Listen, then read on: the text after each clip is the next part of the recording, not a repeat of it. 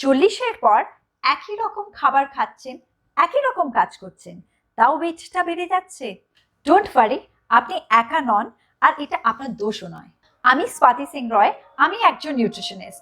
আমি একটা এমন বিষয় নিয়ে কথা বলবো যেটা হয়তো অনেকেই জানে না। পেরিমেনোপজ আর ওয়েট গেইন কিন্তু অনেকটাই কানেক্টেড। WHO এর রিসার্চ এটাই দেখাচ্ছে যে এই সময়টা হরমোনাল চেঞ্জেসের জন্য কিন্তু ওয়েট গেইনটা এফেক্ট করতেই পারে। চলুন জেনে নিই এটার পেছনে 3টে গুরুত্বপূর্ণ কারণ।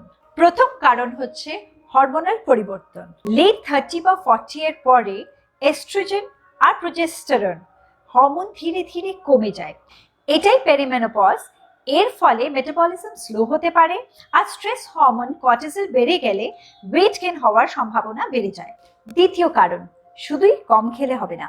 এই সময় প্রত্যেক মিলে প্রোটিন, হেলদি কার্বোহাইড্রেট আর হেলদি ফ্যাট থাকা খুবই প্রয়োজন। শুধু খাবার কমিয়ে দিলে মেটাবলিজম আরো স্লো হয়ে যেতে পারে। এবার বলতে চাইছি আপনি এটার জন্য কি করবেন।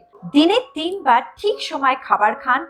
ডাল, ডিম, পনির, মাছ এর মতো প্রোটিন বেশি রাখুন। আর সপ্তাহে অন্তত 150 মিনিটস মডারেট ফিজিক্যাল অ্যাক্টিভিটি করা ভীষণ দরকার। ইভেন রেগুলার হাঁটাও অনেক উপকারী।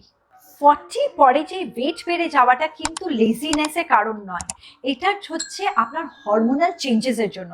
এটা কিন্তু খুব ইজিলি একটা ভালো ডায়েট আর লাইফস্টাইলের মাধ্যমে ডেফিনেটলি ম্যানেজ করা যায়।